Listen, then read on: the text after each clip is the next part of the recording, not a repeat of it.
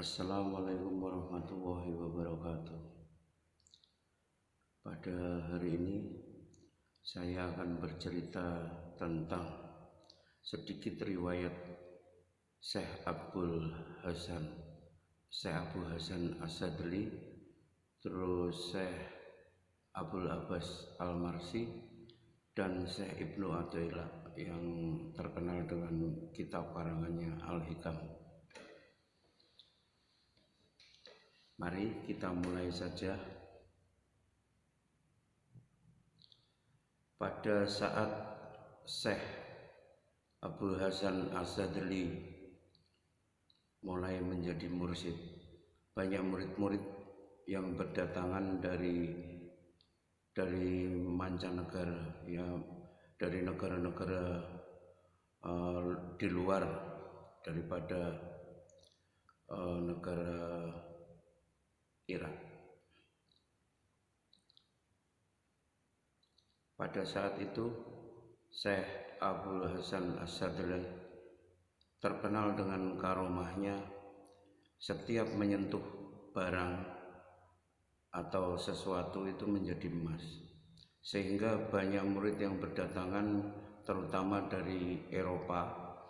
Dari Eropa itu banyak sekali murid-murid yang berdatangan karena tertarik dengan kabar tersebut. Sampai ada salah seorang ilmuwan yang terkenal pada zaman itu ingin mempelajari bagaimana Syekh Abu Hasan Asyadzali itu bisa merubah sesuatu itu menjadi emas.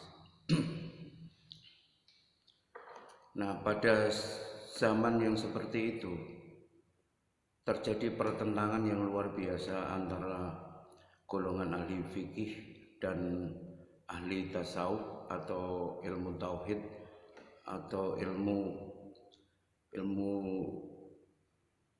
yang mendalami Islam secara mendalam dari segi batiniahnya atau katakanlah thariqah lah gampangnya. Pada saat itu ulama-ulama fikih itu menuduh ulama-ulama yang ulama thariqah itu sebagai ahli sihir atau katakanlah magic, penuh tipuan dan sebagainya. Tapi kaum sufi pada umumnya diam saja dikatakan seperti itu. Terus pada puncaknya Syekh Abu Hasan Asyadzali berkata kepada kaum ahli fikih bahwa nantinya akan ada di antara golonganmu, yaitu ahli fikih, yang akan juga merupakan ahli dalam bidang ilmu batin atau ilmu tasawuf. Setelah Syekh Abu Hasan Asyadzali meninggal, diganti mursyid penggantinya yaitu Syekh Abul Abbas Al-Marsi. Syekh Abul Abbas Al-Marsi ini murid daripada Syekh Abu Hasan Asyadzali yang merupakan pengganti atau penerus mursyid setelah Syekh Abu Hasan Asyadzali. Pada saat itu Syekh Ibnu Athaillah atau yang terkenal dengan kitab Al-Hikamnya itu terkenal sebagai seorang ahli fikih yang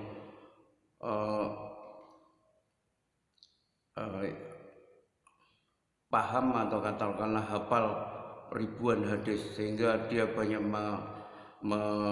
membuat kitab-kitab fikih dan kitab-kitab yang berkaitan dengan hadis-hadis Kanjeng Nabi Muhammad sallallahu alaihi wasallam.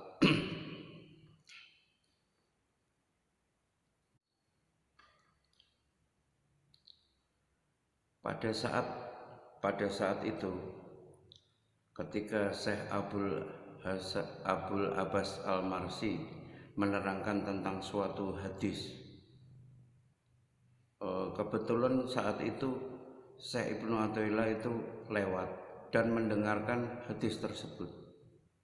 Terus dalam hatinya dia berkata, tidak mungkin selama ini saya belajar hadis itu tidak ada hadis yang seperti ini. Tapi saya yakin hadis ini itu hadis Nabi, hadis langsung dari Allah ini. Ini orang ini kayaknya itu bukan orang sembarangan. Dari lewat ucapan atau tutur katanya itu keluar kalam Allah, atau katakanlah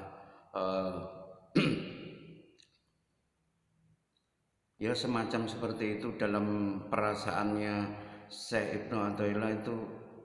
Syekh Abdul Abbas Al-Marsi itu bukan orang sembarangan. Ini orang yang sampai mengatakan hadis seperti ini, dan saya juga bisa merasakan kebenarannya.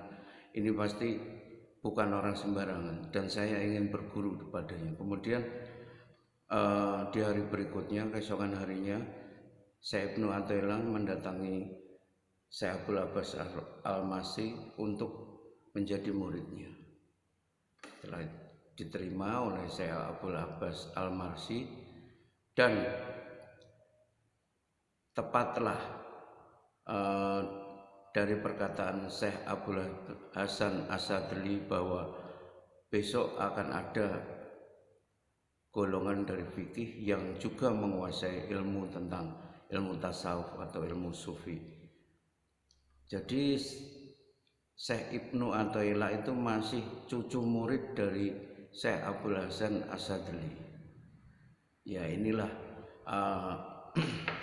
suatu perjalanan yang luar biasa rohani dari Syekh Ibnu Athaillah, yang kemudian dituangkan oleh beliau dalam bentuk kitab Al-Hikam, yang sampai sekarang ini masih menjadi pedoman dari orang yang melakukan perjalanan tasawuf atau sufi, atau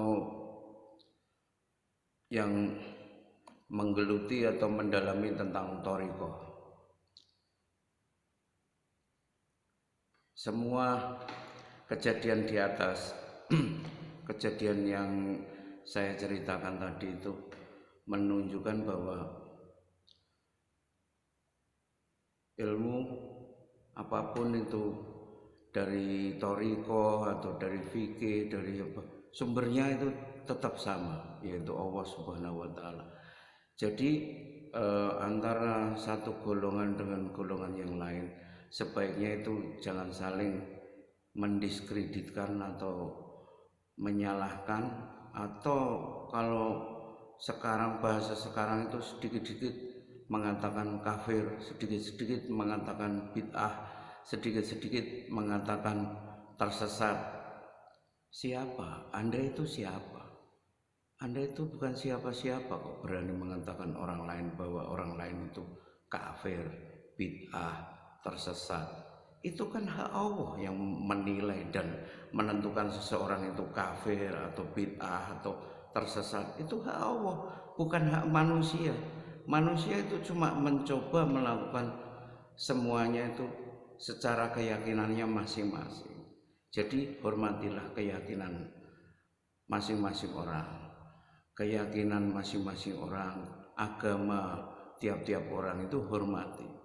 Jadi jangan sampai kita itu saling mencaci maki atau menghina agama lain atau aliran agama lain, sehingga dalam kita bernegara itu menjadi damai.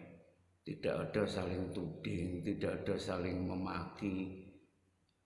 Kita itu semua sama-sama makhluk Allah. Dan diciptakan Allah untuk memelihara bumi ini. Bumi ini itu amanat dari Allah untuk kita pelihara dan kita jaga serta kita lestarikan. Cukup sekian dari saya. Wassalamualaikum warahmatullahi wabarakatuh.